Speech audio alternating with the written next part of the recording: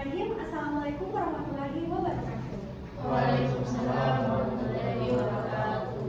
Terima kasih banyak teman-teman sebelumnya sudah meluangkan waktu teman-teman pada hari ini untuk mengikuti wawancara FD kita pada hari ini.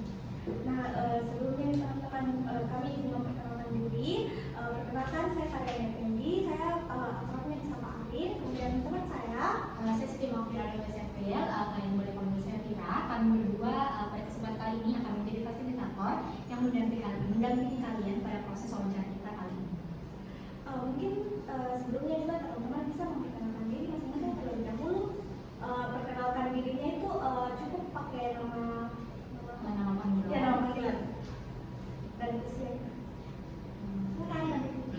Iya, perkenalkan saya atas nama Okta. Sekarang saya berusia 19 tahun.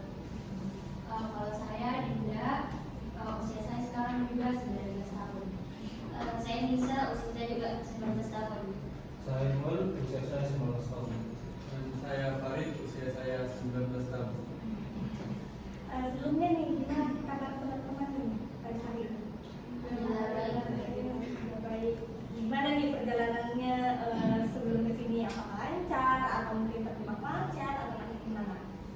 Gimana teman-teman ceritakan satu-satu dulu. Tadi kenalannya mungkin politik saja. Kalau saya berangkatnya sama ini. Oh iya, bisa lagi ya. Kalau saya lancar-lancar aja. Oh iya. Saya Rahman. Lebih aja. Nah, karena teman-teman kami sudah bercerita mengenai perjalanan kami ke sini, di sini kita izinkan kami terlebih dahulu juga menyampaikan apa sih tujuan dari diadakannya wawancara diskusi ini. Jadi tentu saja tujuan dari diskusi ini adalah untuk mendapatkan gambaran dan juga menyatukan pikiran mengenai perilaku cyberbullying di kalangan remaja yang banyak terjadi di sosial media. Nah, di sini itu kami berdua sangat berharap bahwa diskusi ini dapat berjalan dengan santai, yang dimana itu di sini kalian dapat memberikan pendapat dan juga mengungkapkan pengalaman kalian sesuai dengan topik yang akan kita bahas. Di sini itu pendapat dan juga pengalaman kalian tidak akan ada nilainya, maksudnya tidak akan kami nilai salah atau benar. Jadi kalian silakan memberikan pendapat atau pengalamannya kalian yang sesuai dengan topik yang akan kami bahas. Nah, ada pun beberapa hal yang perlu kita perhatikan selama sesi diskusi ini. Itu yang pertama, semua peserta itu memiliki kesempatan yang sama untuk berbicara. Nah, jadi teman-teman kalian silakan berbagi pendapat dengan terbuka dan tidak perlu khawatir jika pendapat kalian itu berbeda dari teman-teman sekiranya. Nah, jadi di sini kami juga melihat keaktifan Anda semua. Nah, untuk menjaga kenyamanan bersama dalam diskusi ini, kami memohon untuk sekiranya teman-teman masing-masing untuk berbicara dan tidak memotong pembicaraan pada saat ada teman kalian yang sedang berbicara. Nah, sebelum mulai juga, di sini kami izin merekam untuk dokumentasi baik dalam bentuk audio maupun video. Apakah sekiranya teman-teman mengizinkan? Ya, Baik, terima kasih banyak teman-teman. Mungkin apakah ada pertanyaan sebelum kita mulai? Tidak ada? Baik. Mungkin bisa kita mulai. mungkin saya juga mau sampaikan tadi kalau untuk proses wawancaranya akan berlangsung selama 60 menit ke depan. Apakah juga teman-teman bersedia untuk meluangkan waktunya? Bersedia. Oke, terima kasih. Sebelum kita mulai ke pertanyaan diskusinya, izinkan saya di sini untuk membacakan topik atau kasus yang akan kita bahas. Jadi di sini ada kasus mengenai cyberbullying di media sosial. Saya izinkan membaca ya teman-teman. Dosen Prodi Digital Neuropsikologi Universitas Insan Cipta Indonesia atau USII, Dini Malina menjelaskan berdasarkan hasil sebuah penelitian cyberbullying paling banyak terjadi di media sosial yang jumlahnya mencapai 71%. Sosial media merupakan platform digital yang paling banyak terjadinya cyberbullying, kata Dini dalam webinar yang bertema cyberbullying perspektif hukum dan neuropsikologi pada Selasa 4 bulan 7 2023. Nah, kemudian disusul oleh aplikasi chatting sebanyak 19%, game online sebanyak 5%, dan YouTube 1%. Ini menjelaskan berdasarkan hasil riset Center of Digital Society tahun 2021 dari 3.000 siswa SMA sebanyak 45,35% siswa pernah menjadi korban dan 38,41% siswa pernah melakukan cyberbullying. Selanjutnya, menurut data UNICEF pada tahun 2022 mengungkapkan 45% dari 2.777 anak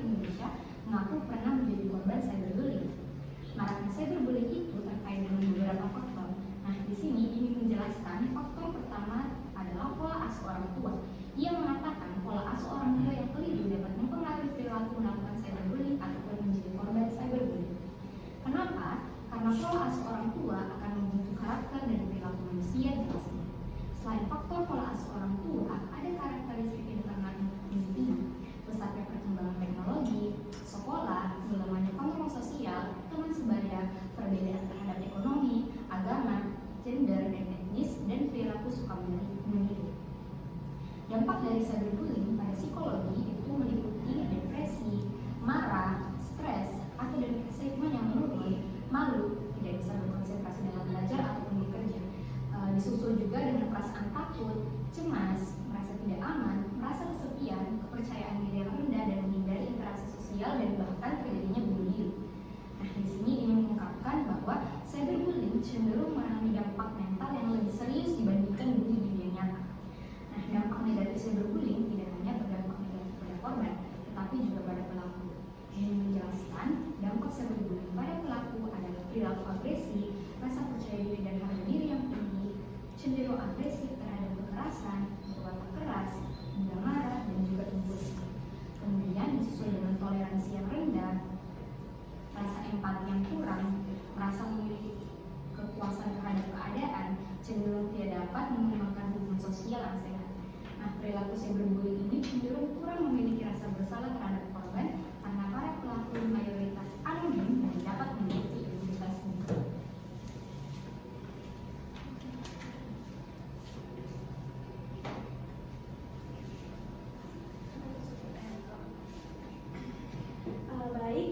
Itulah kasus tadi studi data yang telah dibacakan oleh teman saya. Nah, kita masuk ke pertanyaan pertama, yaitu apakah yang Anda ketahui tentang cyberbullying di sosial media?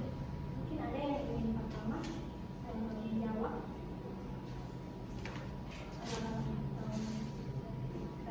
Saya tunjuk. Boleh mungkin Indah?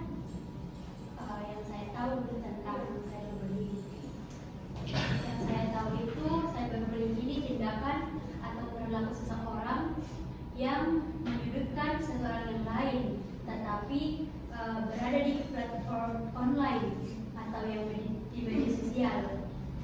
Itu yang saya tahu.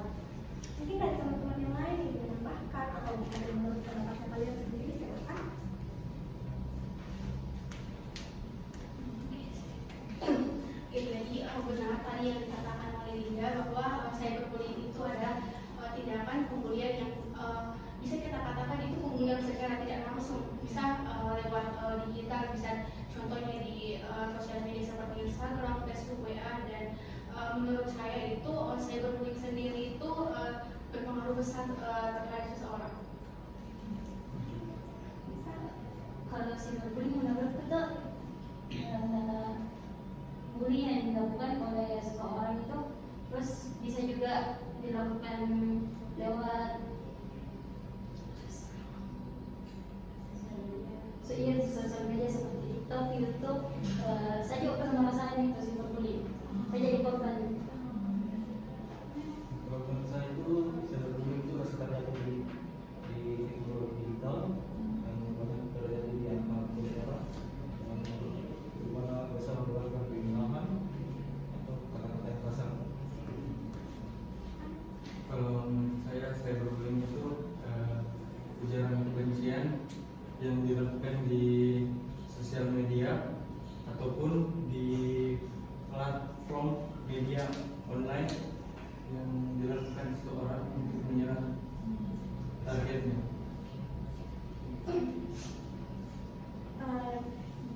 Bagaimana bentuk cyberbullying yang kalian rasakan, yang kalian dapatkan?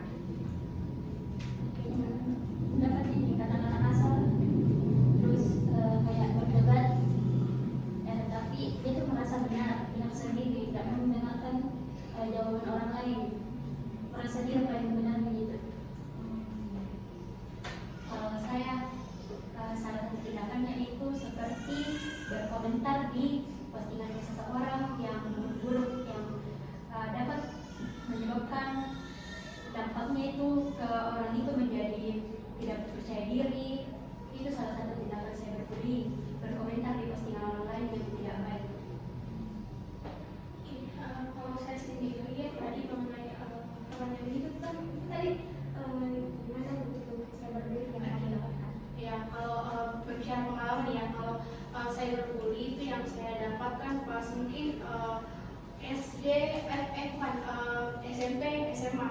Jadi tindakan cyberbullying itu yang saya dapatkan itu saya posting misalkan foto lah atau mungkin yang sekiranya yang saya katakan itu bermanfaat, tapi orang lain itu dia katakan itu tidak bermanfaat contohnya gitu. Terus nah mungkin salah satu kejadian atau tindak cyberbullying itu sendiri itu mungkin datangnya itu juga dari dua faktor. Kalau yang pertama itu faktor itu tadi yang dikatakan teman-teman bahwa adanya faktor kebencian.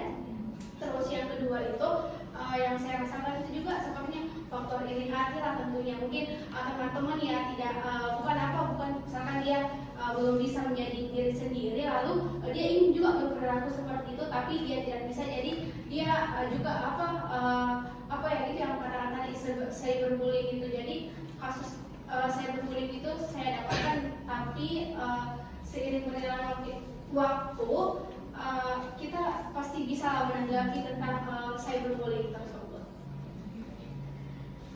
Kalau dari saya, cyberbullying yang pernah saya dapatkan itu di game online.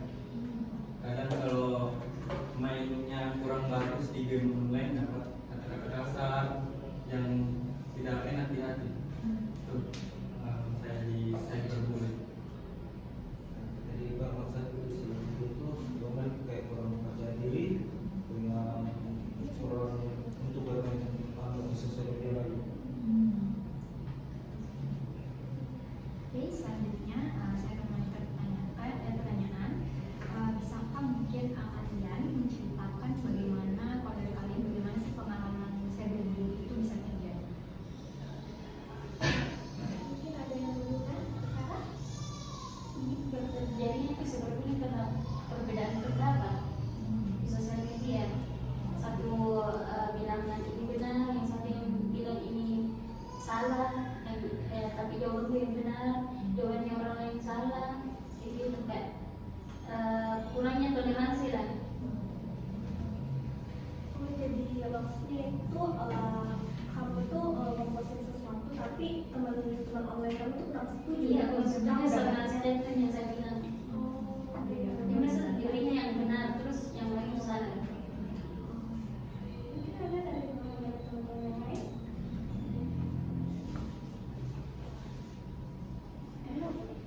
Oke, kalau tadi apa tadi poin lagi? Pengalamannya. Oh ya, pengalamannya tentang kenapa cyberbullying itu bisa terjadi di saya. Mungkin saya juga tidak menyudutkan teman-teman, dan saya juga sendiri juga tadi yang saya katakan bahwa mungkin kenapa cyberbullying itu terjadi pada diri saya, tentunya mungkin juga ada kesalahan dari saya, mungkin dari faktor yang pembuli juga itu mungkin tidak memahami tentang bagaimana tata krama dalam sosial media tersebut. Jadi yang saya rasakan itu pas tadi cyberbullying itu ya mungkin pada waktu itu saya juga sedikit menutup diri tentang hal tersebut, karena yang katakan sekarang mentalnya lagi down karena langsung terjadi di sosial media. Dan waktu itu kan kalau di sosial media apalagi di komentar-komentar kan itu pasti dilihat oleh publik. Jadi mungkin juga publik yang katakan dia tidak terlalu kenal dengan kita, tapi lewat komentar tersebut itu pasti orang-orang juga bakalan ikut. Dia melihat ceritanya bilang, oh dia perilakunya begitu. Jadi teman-teman yang lain juga beranggapan bahwa kita perilakunya kurang baik begitu. Kalau boleh tahu platform apa nih yang paling sering kamu mendapatkan komentar-komentar? Kalau saya mendapati dua platform sosial media itu ada dua, ada di Instagram dan TikTok tentunya. Biasa kalau di Instagram itu pada saat memposting foto di SG atau memang postingan? Itu kalau yang saya kejadiannya itu di postingan. Mungkin ada lagi yang masih kata? Kalau pengalaman dari saya itu pernah suatu saat saya melakukan siaran langsung gitu di Instagram. Terus ada teman saya yang menuai ujaran kebencian seperti kepada saya. Contohnya dia langsung menyerang saya secara dengan menghina fisik, misalnya kayak alis kamu kurang simetris begitu. Padahal kan ini dilihat oleh siapapun ya yang terjadi di publik, dan menurut saya itu terjadi karena kurangnya juga kontrol dari orang tua dalam menggunakan sosial media ini. Oh, jadi waktu itu kamu live di platform apa? Pas itu saya live di Instagram. Sendiri live-nya atau bersama dengan teman-teman? Bersama teman-teman, tapi yang menuai ujaran kebencian itu atau yang berkomentar teman saya juga, tapi sudah nggak seakrab sekarang. Kalau dari saya, penyebab terjadinya cyberbullying di saya itu mungkin orang yang terlalu berekspektasi tinggi kepada saya, yang seperti saya yang katakan tadi di game online, mungkin yang harusnya saya killnya sekian dan tidak mencapai target, dan matinya saya di game online itu banyak. Nah, itu salah satu penyebabnya sih saya mendapatkan cyberbullying. Setelah itu terjadi, nah keluarlah kata-kata kasar. Jadi biasanya itu untuk kata-kata kasarnya itu apa gunanya ke kemampuan kamu bermain game atau ke fisik atau gimana? Ya, kemampuan bermain game. Mungkin mereka rasa cara bermain saya kurang, ya tidak sesuai ekspektasi mereka. Saya dulu waktu di sempat di turnamen, misalnya turnamen, ya saya di situ kayak kurang performa bermain. Jadi mana selalu melakukan blunder, tapi karena teman-teman besar mengeluarkan kata-kata yang kan sebuah dari mental ini agak down masuk. Jadi menurut saya itu juga Teman-teman sudah menceritakan mengenai pengalaman yang saya bullying yang terjadi pada diri kalian. Kalau boleh saya tahu bagaimana sih perasaan yang Anda rasakan saat mengalami cyberbullying? Mungkin ada yang ingin menceritakan? Saya mungkin yang pertama. Setelahnya kejadian itu, saya menjadi minder untuk melakukan siaran langsung lagi, dan mungkin kalau saya ingin melakukan siaran langsung lagi, saya akan membatasi akun orang itu. Tapi kalau boleh tahu, kamu waktu itu live di akun pertama atau akun kedua yang Waktu itu saya live-nya di akun pertama. berarti memang teman kamu yang Ya, teman yang sudah tidak terlalu dekat. kayak memang sebelumnya kamu sudah punya masalah atau memang karena faktor tidak dekat lagi? Mungkin karena faktor sudah tidak dekat lagi, sudah tidak sering nongkrong bersama begitu. Mungkin yang lain? Kalau dari pengalaman saya, setelah saya berbullying, ya pasti saya pribadi merasa sakit hati karena sudah berjuang tapi tidak dihargai begitu. Ya begitu mungkin. Kalau saya sih ini sudah tidak mau lagi berkomentar, sudah takut untuk mengeluarkan isi-isi pikiran tuh di ini di platform. Takutnya ada yang tidak suka kita, terus masih ujaran kebencian, diajak berdebat. Gitu, jadi saya lebih memilih diam karena ini agak down juga. Jadi kamu merasa takut ya? Iya. Sudah takut mau keluarkan ini. Kalau waktu yang saya alami setelah kejadian cyberbullying itu, mungkin dalam waktu yang dekat itu saya juga merasa mental yang tidak stabil, tentunya yang kayak tidak banyak lagi untuk membrandingkan diri ya kalau kata orang. Jadi di situ saya tuh mungkin ada kisaran berapa ya, kayak 2-3 bulan lah tidak posting atau upload lah segala hal tentang diri saya di sosial media. Tapi saya berpikiran bahwa jika saya nge-stuck kayak tidak posting, tidak apa tentang branding saya, tentunya pasti orang yang bully saya waktu itu mungkin dia merasa sudah menang kan, bahwa dia sudah bisa hancurkan mental saya. Tapi pada waktu itu saya itu mencoba lagi membuka pikiran saya, memperluas pengalaman-pengalaman, dan di situ saya juga kembali memberanikan diri saya tentang mengupload atau memposting hal-hal yang bermanfaat juga, baik itu di dunia saya maupun kegiatan-kegiatan organisasi yang ada pada diri saya, atau mungkin postingan-postingan atau postingan-postingan yang berpengaruh positif kepada banyak orang, dan tentu itu juga menjadi modal saya untuk itu pada hari itu untuk kembali lagi membrandingkan diri saya di sosial media. Pada saat itu diberikan komentar itu teman-teman kamu ya, atau memang orang yang kamu tidak kenal? Waktu itu ya mungkin bukan teman dekat, tapi ya kalau di Instagram lah pasti kan banyak ya, banyak, mungkin itu hanya teman sosial media yang mencoba ya untuk menjatuhkan. Saya itu enggak berpas lagi berbagai apa dengan enggak saling juga di juga. Tapi waktu itu kamu membalas kan? Kayak dia.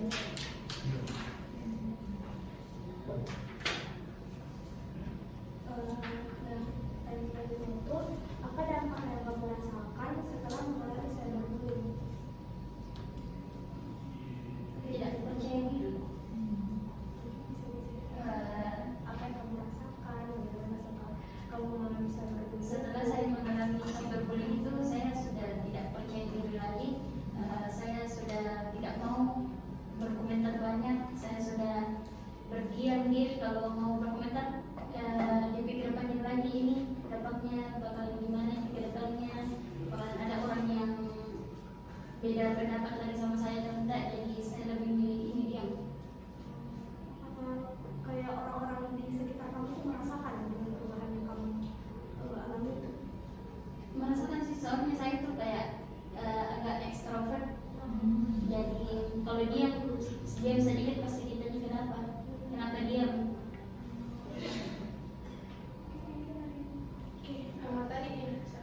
Pas dua persis tadi yang dikatakan sama Nisa, bahwa tadi kan ya sama juga saya orangnya ekstrovert kan, terus tiba-tiba langsung stuck di media sosial, terus teman-teman bilang apalah yang kayak gimana postingan ini kenapa nggak pernah lagi post tuh ya kayak gitulah. Tapi pada waktu itu mungkin ya saya juga tadi mental saya yang saya katakan tadi bahwa Don sudah tidak ada lagi semangat untuk di sosial media untuk memberanikan diri. Mungkin sih yang mental yang down, tapi semua ke bawah. Yang di sekolah juga pikirannya masih tentang itu, pelajaran sama teman pasti di pikirannya itu terus, karena kan itu fokusnya di sosial media tapi ke bawah ke dunia nyata. Jadi orang tua kamu juga merasakan perubahan yang kamu alami atau hanya di sekitaran teman-teman kamu aja? Kalau orang tua sih saya tidak ceritakan ke orang tua saya, karena mungkin saya saja yang kamu semuanya mungkin ya. Berarti kamu cuma membandingkan ke teman-teman aja ya? Iya, karena kan kalau di orang tua kan kita juga beda generasi ceritanya. Mungkin orang tua sarannya begini, sarannya kita begini kan, kita juga biar jalani peran itu. Kalau saya, dampaknya ke saya itu setelah kejadian itu, saya merasa diri saya tidak menarik dan menjadi orang yang gampang kepikiran setelah itu. Dan kalau saya mau melakukan hal itu lagi, saya berpikir berulang-ulang kali, live enggak ya gitu. Dan yang saya lakukan itu akhirnya membatasi interaksi dengan orang tersebut. Dan kalau saya mau live lagi, sebaiknya kayak di akun kedua begitu, yang cukup teman-teman dekat saya saja yang melihatnya. Jadi kamu nggak langsung hapus dia dari followers kamu? Enggak, karena masih sering ketemu juga kan, cuma jarang. Jadi kalau boleh tahu pada saat yang kamu rasakan pada saat kamu melihat dia? Kalau ketemu sih karena saya orangnya nggak dendam gitu. Jadi sewajarnya saja kayak berteman biasa, tidak bersikap seolah-olah baik-baik saja karena orangnya juga kan memang sifatnya seperti itu. Jadi kayak kalau dari saya memaklumi atau wajar saja kalau dia berkomentar seperti itu. Jadi biasa kalau setelah kamu like itu, kamu nggak chat dia kayak kenapa kamu Enggak, karena ini pada saat like kalau itu enggak ya, karena saya dan teman-teman saya udah tahu dia orangnya begitu, jadi untuk apa begitu dia kasih tahu juga nggak bisa berubah kan kalau bukan dari diri dia sendiri. Kalau saya itu saya bisa mengatakan di sini mengasih diri, saya lebih banyak pergi ke orang apa, saya biasa lebih sejam saya di rumah melakukan sesuatu supaya dia akan jadi lagi yang sebelumnya. Tentang siapa yang merasakan sekali perubahan yang kamu alami itu? Kalau saya itu saya kayak jangan bercerita ke orang. Sendiri ya. Kalau dampaknya ke saya itu setelah mereka melakukan cyberbullying itu pasti performa main saya langsung menurun. Yang awalnya saya semangat main, tiba-tiba dikasih kata-kata yang tidak enak, ya saya sakit hati, jadi malas main. Kadang setelah gamenya selesai saya langsung log out itu game, tidak ya langsung hapus dari jendela saya gitu.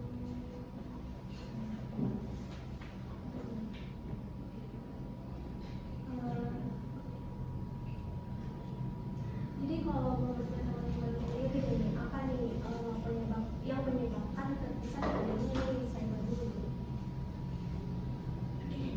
Ini sih dua kalau tadi bahas sebenarnya penyebab dari terjadinya cyberbullying tersebut. Jadi kalau menurut saya pribadi, cyberbullying itu mungkin datangnya dari beberapa faktor kan, seperti yang kita ketahui pertama faktor keluarga. Mungkin di faktor keluarga tersebut itu orang tua belum bisa tentunya membiasakan tentang pola pikiran yang positif terhadap anak-anaknya. Kan dalam keluarga mungkin yang kita katakan keluarga yang di rumah itu merupakan orang terdekat yang selalu kita temui dalam kehidupan sehari-hari tentunya. Mungkin itu datangnya juga bahwa keluarga juga belum mengontrol anaknya, bagaimana perilaku anaknya di luar, dan tidak menerapkan mungkin bagaimana cara berinteraksi ketika berada di lingkungan luar. Terus yang kedua yaitu mengapa muncul cyberbullying tersebut itu tentunya dari faktor pertemanan juga. Pertemanan mengapa? Karena misalkan kita juga saya sendiri itu yang saya awalnya diam lah atau yang katakan orang introvert, tapi setelah saya keluar ke rumah tentunya punya teman yang berbeda karakter kan tentunya. Terus saya yang katakan bisa berteman dengan orang yang suka yang membuli tersebut. Jadi makanya pasti saya dong ikutan untuk memberikan tindak bullying kepada teman-teman saya kan tentunya. Dan berangkat juga dari hal tadi bahwa teman-teman saya yang misalkan kita katakan sekelompok orang yang circle membuli ceritanya gitu. Jadi mungkin itu tadi dua faktor, kalau katakan orang faktor internal dan eksternal. Mungkin itu saja kalau dari saya. Kalau dari saya sama seperti itu dari faktor lingkungan. Misalnya dari faktor lingkungan tempat tinggal, keluarga atau pertemanan. Kayak misal tidak mendiskriminasi tuh, tapi kebanyakan itu yang kayak gitu, yang tinggal di gang-gang begitu. Pasti banyak yang kayak gitu, setiap hari mainnya sampai malam, terus sama orang tua juga selalu berkata kasar, apalagi sama teman, terus ke bawah-bawah ke sosial media, yang menurutnya itu kayak normal dia aja karena setiap hari itu dia begitu padahal ke orang lain itu sangat tidak enak. Iya.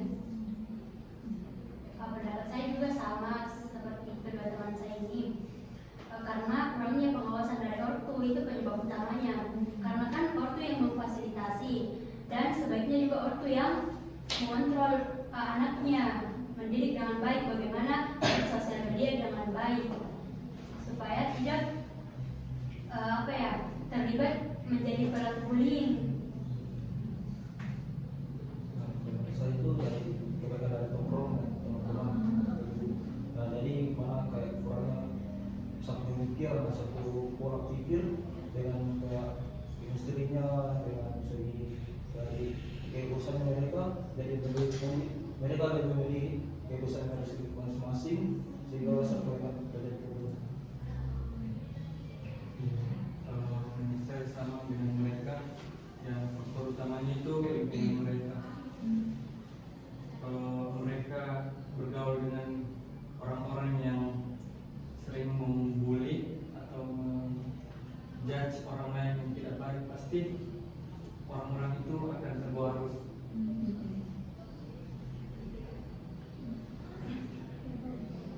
Selanjutnya, karena tadi teman-teman sudah memberikan pengalaman mengenai terjadi cyberbullying pada teman-teman, mungkin boleh ceritakan bagaimana sih reaksi dari teman atau keluarga yang mengetahui bahwa Anda itu mengalami cyberbullying? Dari saya sih, teman saya itu agak emosi semua. Soalnya yang ngebully itu ternyata kayak masih di bawah umur begitu, masih belum bisa berpikir panjang kayak anak SMP. Dia tuh ngeluarin statementnya tanpa mikir perasaan orang lain. Jadi teman-teman itu semua kayak marah, kenapa ini anak kecil sudah berani begini, sudah berani kasih keluar kata-kata begini, tidak sesuai sama umurnya. Jadi kalau boleh tahu teman-teman kamu ini sampai DM nggak sih pelaku ini?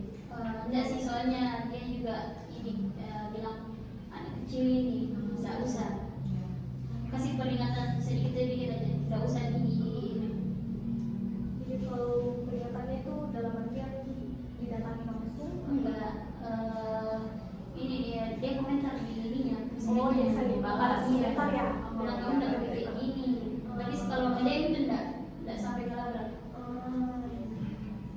Kalau dari pengalaman saya, tanggapan teman-teman saya setelah mendapatkan saya mendapatkan cyberbullying itu, mereka membuatkan saya bilang, "Nggak usah nih dengar kata-katanya mereka, karena gitu bocil-bocil ya begitu." Jadi mereka selalu menguatkan. Jadi diberi penguatan oleh teman-teman, apakah kamu merasakan ada perubahan? Ya, saya merasa lebih tenang sedikit daripada yang sebelumnya. Kalau menurut saya kayak kurang bercerita lah, jadi saya dalam Oke, kalau menurut saya pribadi sendiri, waktu setelah tadi cyberbullying tersebut ini, saya cerita ke teman-teman. Jadi responnya teman-teman itu ya bilang kita juga tidak bisa itu kalau kita katakan itu di luar kendali tak, ya di luar kendali tak. Jadi kita tidak bisa juga melarang orang-orang tersebut untuk melakukan tindakan itu karena bukan dalam lingkup yang bisa kita jangkau ceritanya.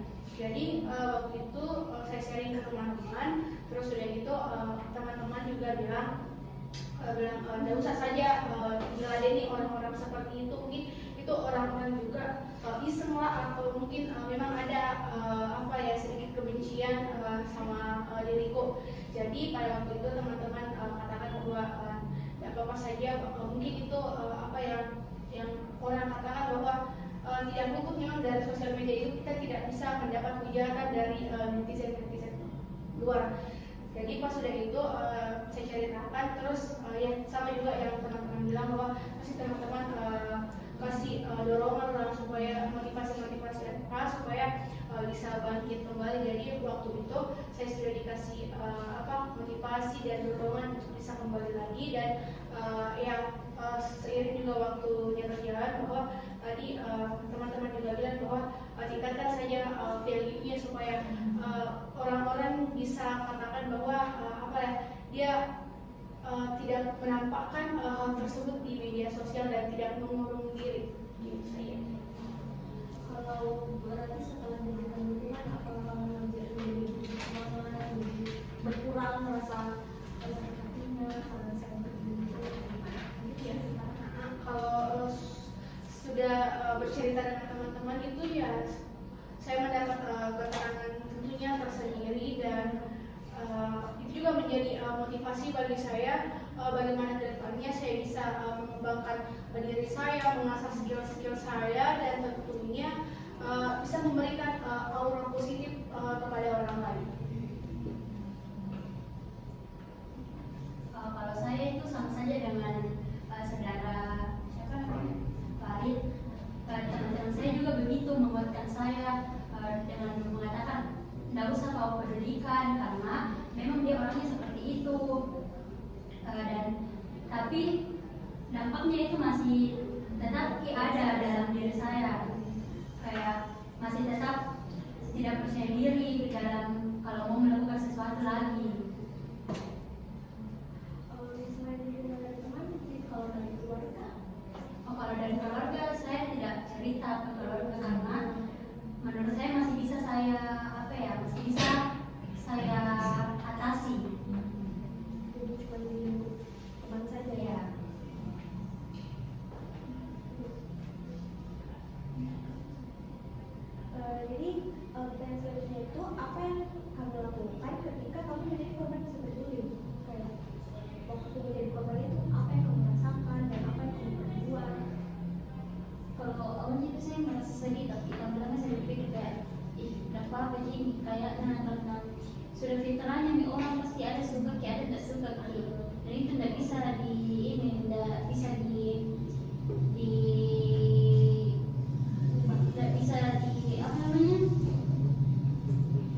tidak bisa diatur bilang kamu harus suka kak, kamu tidak boleh benci kak, harus suka kamu tidak boleh karena pasti orang lain juga punya persepsi sendiri terhadap kita. Kalau boleh tahu waktu yang lama nggak tuh waktu kamu itu bisa menerima kalau ya nggak semua orang bisa suka sama kita? Iya lumayan sih, sekitar 2 bulan gitu. Oh, udah bulan. Iya. Baik. Oke. Kalau saya sendiri pada waktu itu setelah terjadi cyberbullying terhadap diri saya sendiri tentunya di situ saya merasakan yang tadi mau katakan 2-3 bulan itu saya merasa down, tidak memposting segala hal, tapi pada waktu itu juga kan ada juga teman-teman lah, terus berhubung juga pada waktu itu kegiatan sekolah organisasi lagi padat-padatnya kan, dan itu juga pada waktu itu bisa menjadi supaya saya tidak terpikir bahwa saya sudah ada orang yang sudah melakukan cyberbullying terhadap diri saya sendiri, lalu di situ saya mencoba untuk mungkin bisa keluar dari zona nyaman saya sendiri tentunya, dan mungkin di situ mungkin bangkit lagi semangat saya untuk kembali ke media, mengaktifkan media sosial saya, memposting berbagai hal. Kalau saya itu setelah kejadian itu saya mengurangi untuk bermain sosial media. Jadi saya menyibukkan diri saya di organisasi, sehingga saya tidak akan berpikir atau overthinking lagi karena kesibukan saya di organisasi. Jadi kamu mulai menggunakan HP ya? Iya. Mungkin selain organisasi apakah ada kegiatan lain yang menyibukkan kamu? Tidak ada sih. Sibuk di organisasi saja. Iya. Kalau pada saat itu saya sedang melatih sendiri untuk mengembangkan skill saya juga sudah terlalu memberikan kata-kata kepada orang. Kalau dari saya ya mengurangi penggunaan HP-nya untuk itu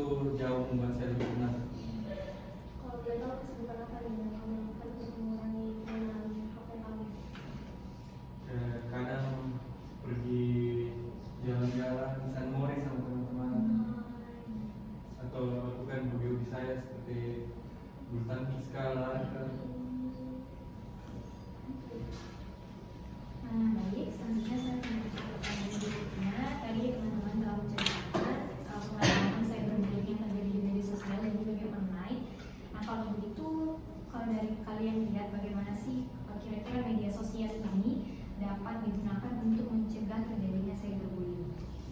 Ini harus ada orang yang bisa mendengarkan di sosial media kayak harus dikasih kayak konten-konten yang membicarakan tentang cyberbullying, terus orang tuanya juga harus tanya ini ya, harus juga dibatasi main sosmed dan sih. Kalau dari saya mungkin adanya juga kembali tadi faktor pengawasan dari orang tua, karena kita ketahui bahwa penggunaan sosial media itu tidak luput mungkin sudah 20 katakan 1/2 dari 24 jam tersebut itu mungkin kita habiskan waktu untuk bersosial media.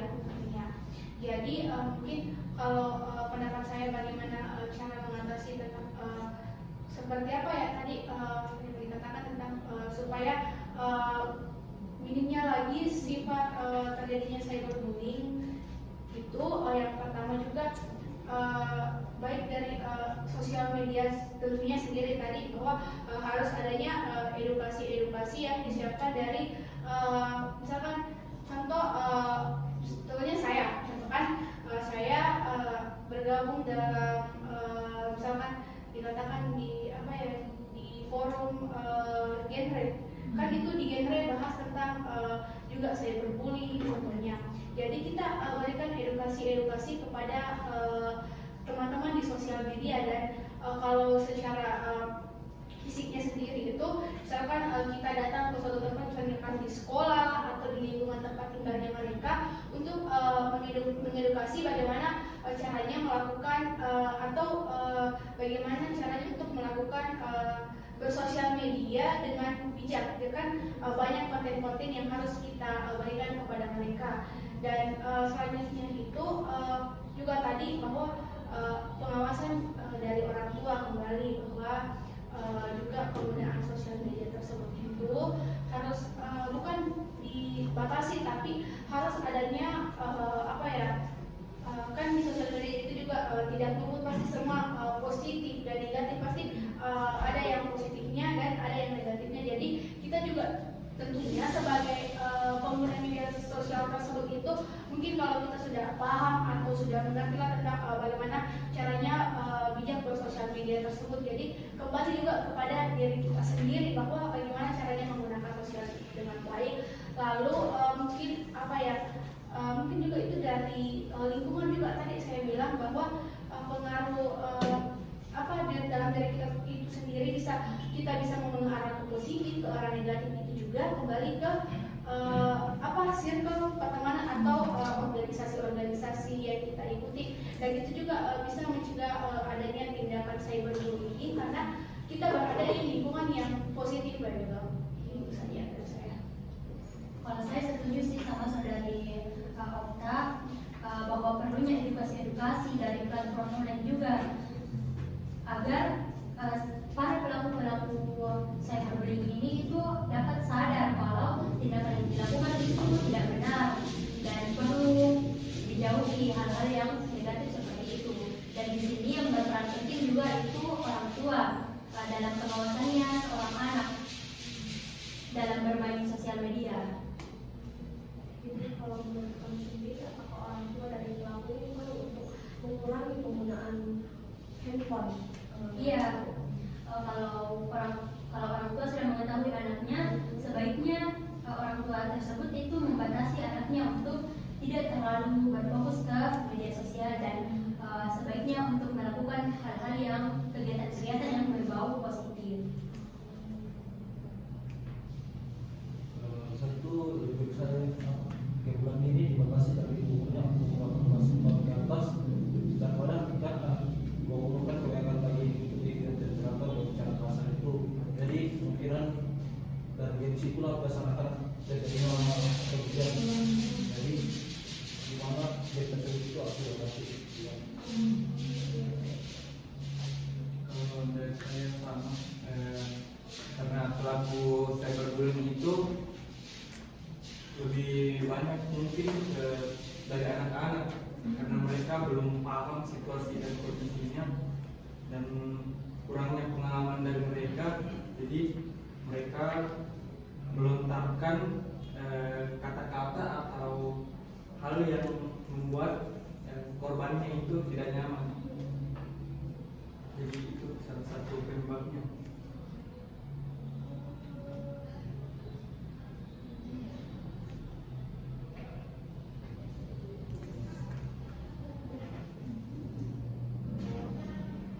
Jadi terkait dengan itu, apa yang bisa dilakukan untuk mengurangi cyberbullying di media sosial menurut teman-teman? Iya, seperti yang dikatakan tadi Okta sama Dinda, pengurangan bermain sosial media, sama harus ada kesadaran diri sendiri kalau menjudge orang itu nggak baik. Tapi menurut kamu sendiri, apakah para pelaku cyberbullying ini betul-betul perlu disedasi untuk hukuman? Perlu sih, soalnya itu sangat berpengaruh bagi sebenarnya ini korban. Tapi mungkin dia yang pelaku ini nggak pikir ke situ karena mungkin dia berpikir kayak biasa ini ketika aku biasa ini kenapa baperan sekali tuh.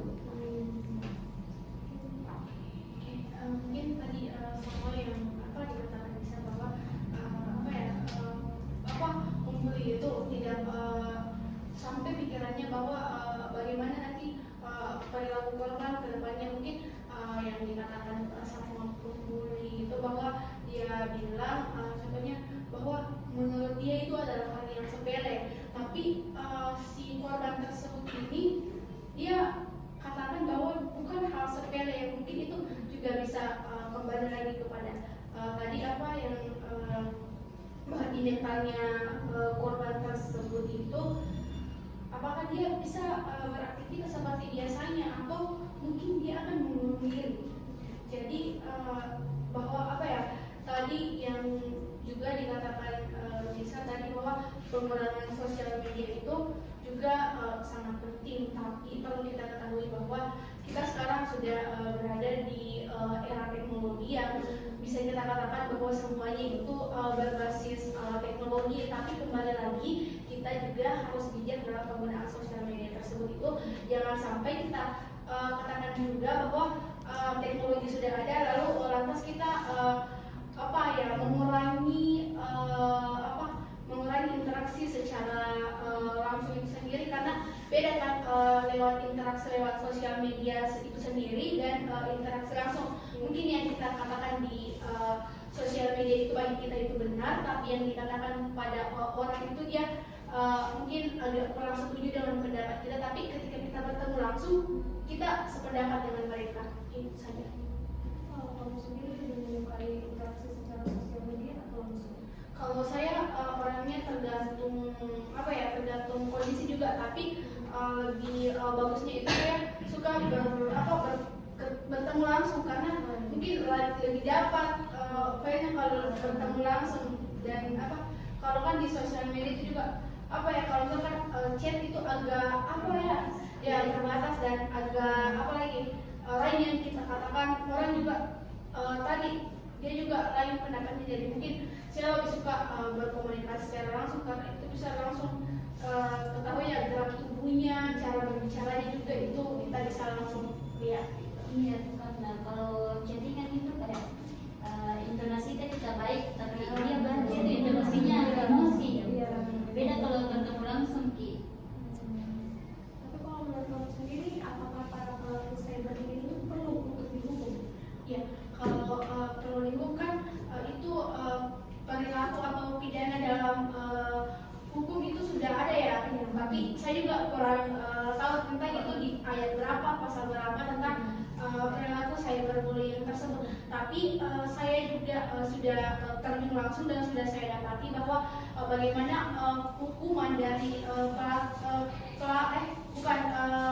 yang melakukan cyberbullying itu sudah ada. Memang kita tentukan bahwa orang yang misalkan didatangkanlah korban yang membuli dan yang dibully tersebut itu ke suatu kantor. Kalau yang saya observasi waktu itu kita datangkan mereka juga kepada Dinas Pemberdayaan Perempuan dan Perlindungan Anak, bahwa di situ sudah ada memang yang akan memberikan edukasi kepada mereka tentang yang dibully dan yang pembuli tersebut itu didatangkan secara langsung. Jadi dia datang berdua, ditanya-tanya bahwa kenapa ini terjadi, kenapa bisa terjadi, bahwa dan apa tanggapan dari cyberbullying tersebut. Jadi itu mungkin memang sudah ada sudah ada memang yang mengurus atau sudah ada yang menaungi tentang hal-hal tersebut. Jadi kita tidak misalkan juga teman-teman atau dapat orang yang melakukan bully dan tahu siapa pembulinya, tahu siapa orang yang dibully itu, teman-teman itu secara langsung sudah membantu teman-teman. Jadi teman-teman bisa langsung laporkan kepada pihak yang berwajib supaya dikenai hukuman tersebut, dan teman-teman itu tidak usah segan untuk melaporkan hal tersebut karena identitasnya teman-teman itu akan dijaga, dan korban yang melakukan bully dan pembuli itu tidak akan dipublish di sosial media, dan itu mungkin akan menjadi privasi di antara kita. Itu saja. Kalau menurut saya untuk mengurangi terjadinya cyberbullying itu perlunya edukasi, karena seperti yang saya katakan tadi, banyaknya pelaku cyberbullying itu ada pada anak-anak di bawah umur. Jadi mungkin orang tua atau para komunitas-komunitas yang mendukung yang tidak mendukung cyberbullying mungkin banyak yang mengedukasi ke sekolah-sekolah. Dan kalau untuk perlunya hukuman kepada para pelaku cyberbullying, ya perlu menurut saya, karena sekarang sudah ada di undang-undang yang membuat perasaan tidak nyaman itu masuk di cyberbullying. Dan kalau untuk pelakunya mungkin mereka tidak bisa dihukum ya, karena mereka masih di bawah umur. Tapi kalau pelakunya sudah cukup umur dan sudah memiliki KTP, itu mungkin sudah bisa dihukum karena sudah membuat perasaan tidak nyaman. Ya, saya setuju dengan adanya tindakan hukum kepada pelaku cyberbullying ini agar ada efek jerah bagi pelaku-pelaku tersebut, karena kalau tidak diberikan efek jerah itu pasti akan terus berlanjut, berulang-ulang ini kasusnya. Tapi kalau teman-teman sendiri sebenarnya selain hukuman mungkin apakah ada cara lain untuk mengurangi makin banyaknya para pelaku cyberbullying? Kalau di sini menurut saya yang berperan itu seperti organisasi-organisasi yang memberikan edukasi-edukasi, sebaiknya itu dia lebih memikirkan kasus seperti ini, cyberbullying. Apalagi kan di zaman sekarang bertambah banyak pelaku-pelaku cyberbullying ini. Jadi perlunya edukasi dari organisasi-organisasi tertentu. Kalau menurut saya itu kayak pembatasan apa untuk anak-anak. Jadi kalau laporan itu saya mending kayak orang tua dulu daripada langsung kayak pihak yang berwajib. Karena karena anak-anak itu lebih kayak orang tua lebih dulu lebih dengar daripada orang lain. Jadi menurut kamu perlunya orang tua dulu baru langsung ke pihak berwajib kalau memang masih. Kalau masih yang kalau lain masih harus mengulai ya kalau kita. Oke, selanjutnya dari kalian, apa yang akan kalian lakukan untuk menjaga keamanan dan privasi kalian di media sosial agar cyberbullying ini yang Anda alami itu tidak terulang lagi? Membatasi akun, mengonfirmasi yang dekat aja. Terus kalau kita biasa tuh kan bisa lihat kalau orang ini kayak bisa lihat dari wajahnya kan, oh ini orangnya kayak gini, mending tidak usah ini dikonfirmasi. Tapi berarti kamu lebih jadi aktif di akun kedua ya daripada di akun pertama? Iya, lebih aktif yang kedua yang kita kenal memang antara sekali sudah tahu bilang kecil kemungkinan kalau dia bakalan iya. Betul tindakannya, jangan membatasi diri. Kalau saya itu lebih berfokus ke akun kedua saja yang betul-betul dekat agar menghindari ujaran-ujaran kebencian dari orang-orang. Oke, kalau menurut saya pribadi itu kan ya tadi yang dikatakan oleh teman-teman bahwa dia lebih cenderung untuk memposting kegiatannya itu di akun kedua.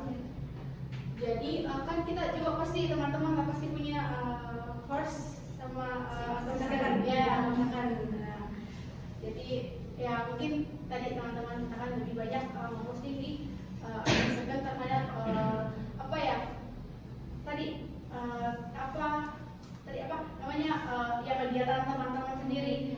Jadi kalau menurut saya pribadi itu kan saya juga kebetulan punya 2 akun first dan second. Jadi bagaimana kalau di akun first saya itu kan di akun first itu mungkin followersnya lebih banyak ya daripada akun second. Jadi yang betul tadi bahwa yang masuk di akun second itu mungkin orang-orang yang sudah tahu tentang kepribadian kita, bagaimana kita yang mungkin sudah dekat lah dengan kita.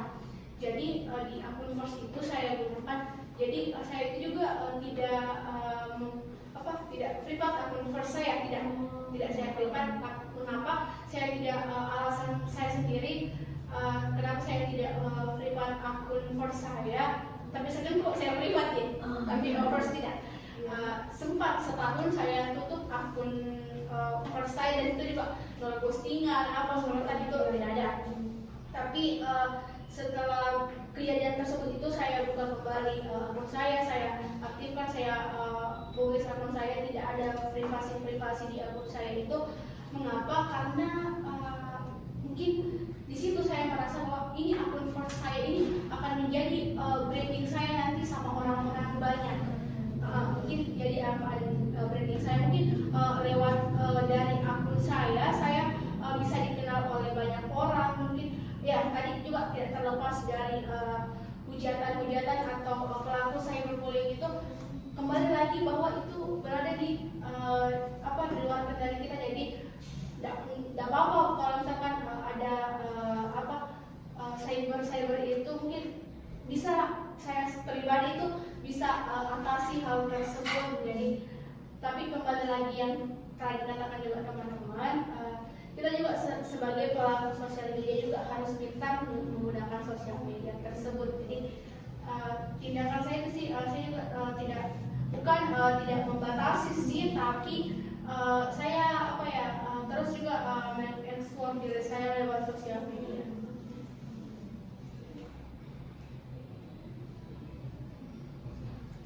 Kalau saya itu lebih baik saya main sendiri atau tidak terlalu fokus lagi pada kegiatan itu.